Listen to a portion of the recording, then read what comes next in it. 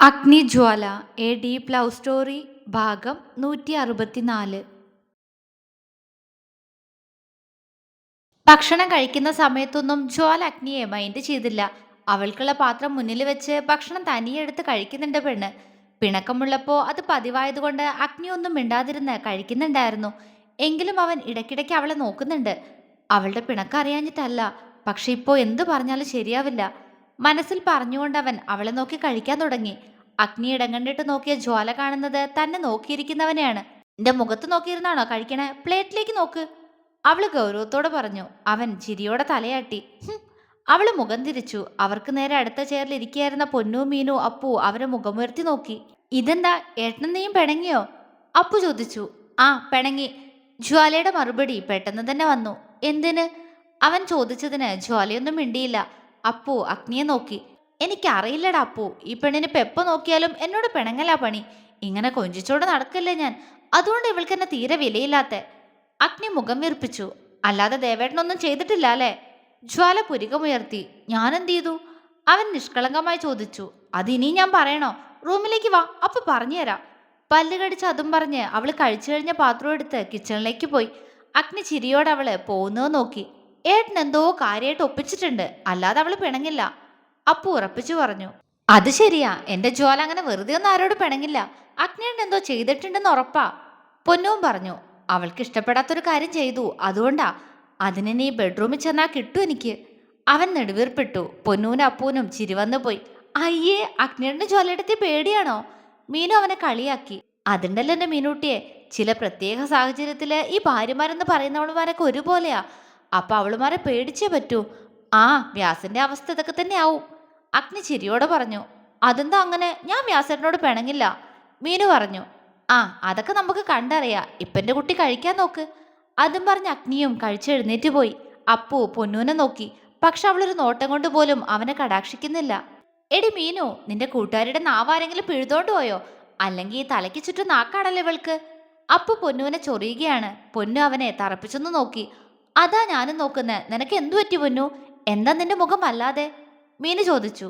ഏയ്, ഒന്നുമില്ലടി, അവൾ അലസമായി പറഞ്ഞു. അതൊക്കെ വെറുതെ എന്റെ മീനു, ഈ നാഗവല്ലിക്ക് അസൂയ. ഞാൻ ആ സൗപർണികയോട് സംസാരിക്കുന്ന കണ്ടപ്പോ തൊട്ട് തുടങ്ങിയതാ ഈ മൗനവ്രതം. അപ്പു ചിരിയോടെ പറഞ്ഞു. മീനു ചിരിയോടെ അവൻ പറഞ്ഞത് കേട്ടിരുന്നതേയുള്ളൂ. കാരണം അവൻ പറയുന്നത് സത്യമാണെന്ന് അവൾക്കും അറിയാവുന്നതാണ്. നിങ്ങൾ ആരോടെന്ന് വെച്ച് സംസാരിച്ചോ, എനിക്കെന്താ? പൊന്നു അവന് നേരെ ചീറി. നിനക്ക് ദേഷ്യം വരുന്നുണ്ടോടി നാഗവല്ലി? അവൻ കണ്ണിറുക്കി. പോടാ മരപ്പെട്ടി, എനിക്കെന്തിനാ ദേഷ്യം? പിന്നെ അവളോട് വല്ലാതെ ഇളക്കം കാണിച്ച പൊന്നു മോനെ, നിങ്ങളുടെ ചരിത്രവും ഭൂമിശാസ്ത്രവും അല്ല ഞാനിവിടെ പാട്ടാക്കും. അതിന്റെ പേരിൽ നിങ്ങൾ എന്നെ എന്തൊക്കെ ചെയ്യുന്നു പറഞ്ഞാലും ശരി. അല്ല പിന്നെ മനുഷ്യന്റെ ക്ഷമ പരീക്ഷിക്കുന്നതിന് ഒരു പരിധിയില്ലേ? വേണ്ട വേണ്ടാന്ന് വെക്കുമ്പോ എന്നെ ശരിക്കും നാഗവല്ലി ആക്കരുത് അപ്പേട്ടാ. ഒരു വാണിംഗ് പോലെ അവന്റെ മുഖത്തേക്ക് വിരൽ ചൂണ്ടിക്കൊണ്ട് പൊന്നു മുരണ്ടു. അപ്പു മീനു കണ്ണും തള്ളി അവളെ നോക്കിയിരിക്കുന്നുണ്ട്. അവനെ നോക്കി തറപ്പിച്ചൊന്ന് മൂളിക്കൊണ്ട് അവൾ കിച്ചണിലേക്ക് പോയി. അപ്പു മീനുവിനെ നോക്കി. അപ്പൂട്ടിന് എന്തിനാ വെറുതെ അവൾ ഓരോന്ന് പറഞ്ഞ് ദേഷ്യം പിടിപ്പിക്കുന്നേ?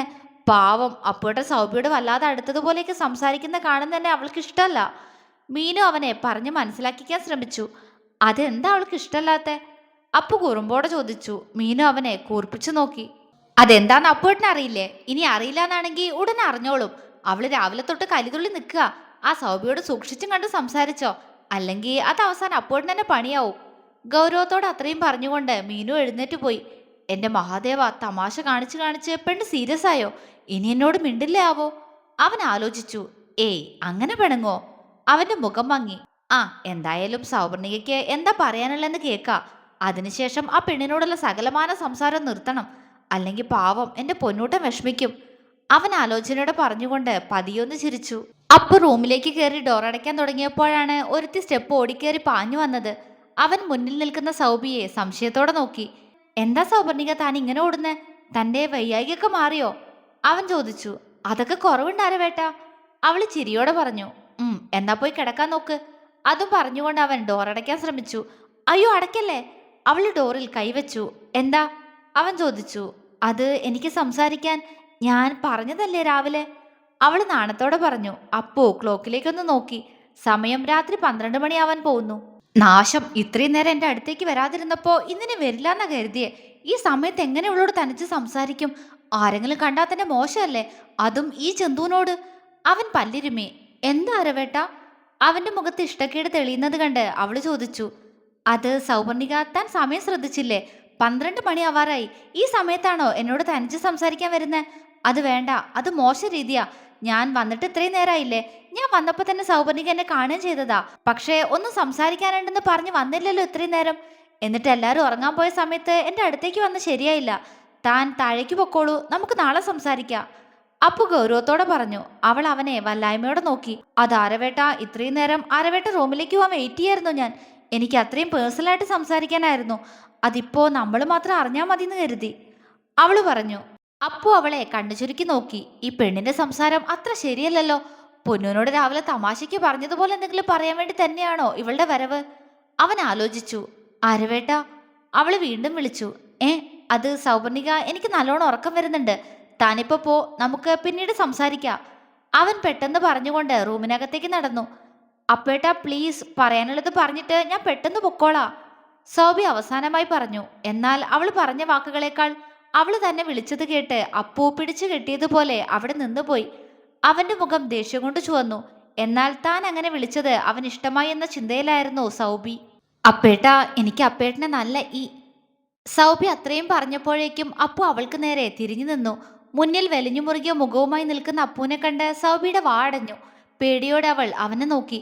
കാരണം ആദ്യമായിട്ടായിരുന്നു അവന്റെ അങ്ങനൊരു ഭാവം അവൾ കാണുന്നത്. എല്ലാവരോടും തമാശ പറയുന്ന, ഇടയ്ക്ക് ചെറുതായി ദേഷ്യപ്പെടുന്ന ആരവനെ മാത്രമേ അവൾക്ക് അറിയൂ. എന്നാൽ അതിനുമപ്പുറം പൊന്നൂന്റെ മാത്രം അപ്പേട്ടനാവാൻ ആഗ്രഹിക്കുന്ന അവന്റെ മനസ്സ് അവൾക്ക് അറിയുമായിരുന്നില്ല. എന്നാൽ ഈ സമയം അത്രയും അവരുടെ സംസാരം കേട്ടുകൊണ്ട് മൂന്നാമതൊരാൾ കൂടി അവിടെ ഉണ്ടായിരുന്നു. റൂമിൽ കിടന്നിട്ടും ഉറക്കം വരാതെ ഹാളിലേക്ക് ഇറങ്ങി വന്നപ്പോഴായിരുന്നു മുകളിലേക്ക് പാഞ്ഞു പോകുന്ന സൗബിയെ പൊന്നു കാണുന്നത്. അവൾ അപ്പൂന്റെ അടുത്തേക്ക് പോവുകയാണെന്ന് പൊന്നൂന് ഉറപ്പായിരുന്നു. ദേഷ്യത്തോടെ അവൾക്ക് പിറകെ തന്നെ പൊന്നു ഉണ്ടായിരുന്നു. എന്നാൽ സൗബി അപ്പൂനെ അപ്പേട്ടാന്ന് വിളിക്കുന്നത് കേട്ട് അവളുടെ നെഞ്ചു പിടഞ്ഞു. അവൾക്കിട്ടെന്ന് പൊട്ടിക്കാനാണ് പൊന്നൂന് ആദ്യം തോന്നിയത്. എങ്കിലും അപ്പൂന്റെ പ്രതികരണം അറിയാനായി അവളും അവിടെ നിന്നു, അവരുടെ ഇരുവരുടെയും കണ്ണിൽ പെടാതെ. അപ്പു ചുവന്നു കലങ്ങിയ കണ്ണുകളോടെ സൗബിക്കടുത്തേക്ക് ചുവട് വെച്ചു. സൗബി പേടിയോടെ ഒരടി പിറകിലേക്ക് നിന്നു. നീ ഇപ്പൊ എന്താ എന്നെ വിളിച്ചേ? സ്വരം കടുപ്പിച്ചുകൊണ്ട് അവൻ ചോദിച്ചു. സൗബി ആകെ വിയർത്തുപോയി. ചോദിച്ചത് കേട്ടില്ലേടി? അവൻ ശബ്ദമുയർത്തി. അപ്പേട്ടാ ഞാൻ... അവളെന്തോ പറയാൻ ശ്രമിച്ചു. നിർത്ത് സൗപർണിക, അപ്പു അലറി. സൗബി പേടിയോടെ ചുമരിൽ ചാരി നിന്നു. പൊന്നു അപ്പുവിനെ കണ്ണുമിഴിച്ചു നോക്കി. അവന്റെ മുഖഭാവം കണ്ട് അവൾക്കും ചെറിയൊരു പേടി തോന്നി. എന്റെ കണ്ണ, ഈ മനുഷ്യനിത് എന്തു പറ്റി? വല്ല ബാധയും കയറിയോ? അവൾ അവനെ നോക്കിക്കൊണ്ട് പതിയെ പറഞ്ഞു. അപ്പു സൗബിയുടെ ഒരു വശത്തായി ചുമരിൽ കൈവച്ചുകൊണ്ട് അവളെ തുറച്ചു നോക്കി. സൗബിക്ക് പേടി തോന്നി. അവൾ നിന്ന് വിറയ്ക്കാൻ തുടങ്ങി. നീ എന്നെ ഇതുവരെ എന്താ വിളിച്ചിരുന്നേ? അപ്പു ദേഷ്യം കടിച്ചമർത്തിക്കൊണ്ട് ചോദിച്ചു. അത് അത് ഞാൻ... അവൾക്ക് ഭയം കൊണ്ട് വാക്കുകൾ പുറത്തേക്ക് വരുന്നില്ലായിരുന്നു. പറയ്, അപ്പു മുരണ്ടു. അത് അരവേട്ടാന്ന് അവൾ എങ്ങനെയൊക്കെയോ പറഞ്ഞൊപ്പിച്ചു. പിന്നെ എന്താണാവോ ഇപ്പോ ഒരപ്പേട്ടൻ? അവൻ പല്ലിരുമ്മി. അത് അത് ഞാൻ വെറുതെ... പൊന്നു അങ്ങനെയല്ലേ വിളിക്കാറ്? അപ്പോ അരവേട്ടൻ ഒന്നും പറയാറില്ലല്ലോ. അപ്പൊ ഞാൻ കരുതി ആ പേരായിരിക്കും അരവേട്ടന് ഇഷ്ടന്ന്. അവൾ അങ്ങനെ വിളിക്കുമ്പോ അത് ആസ്വദിക്കുന്ന പോലെ തോന്നിയിട്ടുണ്ട്, അവള് പറഞ്ഞൊപ്പിച്ചു. അവള് വിളിക്കും, സത്യം തന്നെയാ. പക്ഷേ അവള് വിളിക്കുന്നത് പോലെ വേറെ ആരെങ്കിലും എന്നെ അപ്പേട്ടാന്ന് വിളിക്കുന്നത് സൗപർണിക കേട്ടിട്ടുണ്ടോ? അവന്റെ കണ്ണുകൾ ചുരുങ്ങി. ഇല്ല. അതെന്താ അങ്ങനെ? അവൻ ചോദിച്ചു. അറിയില്ല, അവള് മാത്രം അങ്ങനെ വിളിക്കുന്നേ. ഞാനും ഇനി അങ്ങനെ വിളിച്ചോട്ടെ? അവള് പതിയെ ചോദിച്ചു. വേണ്ട. അവന്റെ ശബ്ദമുയർന്നു. സൗബി ഞെട്ടിപ്പോയി. ഇനി മേലാൽ സൗപർണികൻ അവള് വിളിക്കുന്നത് പോലെ അപ്പേട്ടാന്ന് വിളിക്കരുത്, എനിക്കത് ഇഷ്ടല്ല, അവൻ പറഞ്ഞു. അവൾ അവനെ ഉറ്റുനോക്കി. അതെന്താ, അരവേട്ടന് ഇഷ്ടല്ലേ? എങ്കിൽ ഞാൻ അവളോടും പറയാ ഇനി അങ്ങനെ വിളിക്കരുതെന്ന്, സൗബി പറഞ്ഞു. വേണ്ട. അവൻ മറുപടി പെട്ടെന്ന് തന്നെ പറഞ്ഞു. അതെന്താണാവോ? ചോദിക്കടി സൗബി ആ മരപ്പെട്ടിയോട്. ഞാനിനി അങ്ങേരെ അപ്പേട്ടാന്ന് വിളിക്കൂല. അവരുടെ സംസാരം കേട്ടുകൊണ്ട് പൊന്നു മുഖം വിരിപ്പിച്ചുകൊണ്ട് പതിയെ പറഞ്ഞു. അതെന്താ വേണ്ടാത്തെ? സൗബി ചോദിച്ചു. അങ്ങനെ ചോദിക്ക്, പൊന്നും പറഞ്ഞു. പറയണ്ട, അത്ര തന്നെ. കാരണം ചൈതന്യ എന്നെ അപ്പേട്ടാന്ന് വിളിക്കുന്നത് എനിക്കിഷ്ടാ, അവള് മാത്രം, അവൻ ഗൗരവത്തോടെ പറഞ്ഞതും പൊന്നു അവനെ കണ്ണുമിഴിച്ചു നോക്കി. Is it truth? അവൾ അറിയാതെ സ്വയം ചോദിച്ചുപോയി. പിന്നെ അപ്പുവിനെ കൂർപ്പിച്ചു നോക്കി. എന്നിട്ടാണോടാ തെണ്ടി താൻ ഞാനങ്ങനെ വിളിച്ചാൻ ആദ്യമൊക്കെ എന്നെ വഴക്കു പറഞ്ഞിരുന്നേ? പൊന്നു കലിയോടെ ചോദിച്ചു. പിന്നെ സൗബിയെ നോക്കി. അവളുടെ ഇഞ്ചി കടിച്ചതുപോലുള്ള മുഖം കണ്ടപ്പോ പൊന്നുവിന് പൊട്ടിച്ചിരിക്കാൻ തോന്നിപ്പോയി. നിനക്കിത് കിട്ടണോടി? അവളുടെ ഒരു കൊപ്പേട്ടൻ കോപ്പ് നിനക്ക് കിട്ടിയതൊന്നും പോരാല്ലേടി? പൊന്നു പല്ല് കടിച്ചു. അതേസമയം തന്നെ അപ്പു അറിയാതെ സ്റ്റെപ്പിന്റെ അടുത്തേക്ക് നോക്കി. യോ, പൊന്നു പെട്ടെന്ന് തല താഴ്ത്തി. അല്പനേരം കഴിഞ്ഞ് അവള് വീണ്ടും തല മാത്രം പതിയെ ഉയർത്തി അങ്ങോട്ട് നോക്കി. അപ്പു ആ സമയം സൗബിയെ നോക്കുകയാണ്. അതെന്താ അരവേട്ടന് പൊന്നു വിളിക്കുന്ന മാത്രം ഇഷ്ടം? സൗബിക്ക് ദേഷ്യം വന്നു തുടങ്ങിയിരുന്നു. അതൊക്കെ പറയാ, ആദ്യം സൗപർണികയ്ക്ക് എന്താ എന്നോട് സംസാരിക്കാനുണ്ടെന്ന് പറഞ്ഞത് അത് പറയൂ. അവൻ അവളീന്ന് അകന്നു നിന്നു. സൗബി കൈകൾ പരസ്പരം കോർത്തു അഴിച്ചും അവൻ അല്പനേരം നോക്കി നിന്നു. എന്തുകൊണ്ട് അരവേട്ടന് പൊന്നു വിളിക്കുന്ന മാത്രം ഇഷ്ടം? പക്ഷെ എപ്പോഴും അവളോട് ചാടിക്കടിക്കുന്ന ആളാണല്ലോ.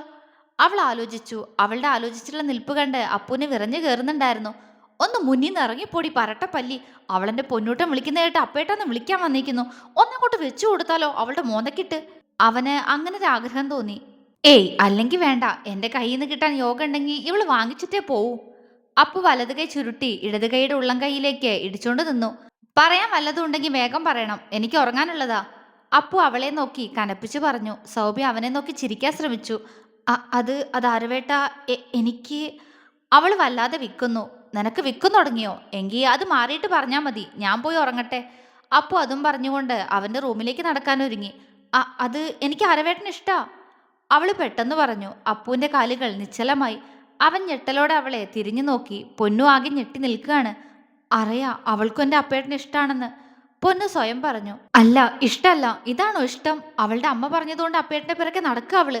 ഇന്നലെ സുരഭിയച്ചോട് എന്തോ പറയുന്നതിനിടയ്ക്ക് അവൾ അത് പറയുന്ന ഞാനും കേട്ടതാ. ഒരാൾ പറഞ്ഞിട്ട് അയാളുടെ പിറകെ നടക്കുന്നത് എങ്ങനെ പ്രണയാവും? പൊന്നുവിന്റെ കണ്ണുകളിൽ ചുവപ്പ് പടർന്നു. ഞെട്ടലോടെ നിൽക്കുന്ന അപ്പൂനെ കണ്ട് അവളുടെ കൈ ചുരുങ്ങി. തന്നെ ഞാനൊന്ന് കൊല്ലുടാ മരപ്പെട്ടി. അവളോട് കൊഞ്ചി കൊഞ്ചി നടന്നിട്ട് അവസാനം അവള് പറഞ്ഞത് കേട്ടോടോ, തന്നെ ഇഷ്ടാണെന്ന്. താനും അവളെ ഇഷ്ടാണെന്ന് പറഞ്ഞ ഇന്നത്തോടെ നീക്കോ ഞാച്ച. അവള് പിറുപിറുത്തു. അപ്പുവിന്റെ മറുപടി എന്താവുന്നറിയാൻ ഏറിയ നെഞ്ചിടിപ്പോടെ അവൾ അവനെ തന്നെ ഉറ്റുനോക്കി. അപ്പു സൗബിയെ തുറച്ചു നോക്കി. പതിയെ അവന്റെ മുഖത്ത് ദേഷ്യം നിറഞ്ഞു. അരവേട്ട, സത്യം എനിക്ക് എനിക്ക് ഒരുപാട് ഇഷ്ടാ.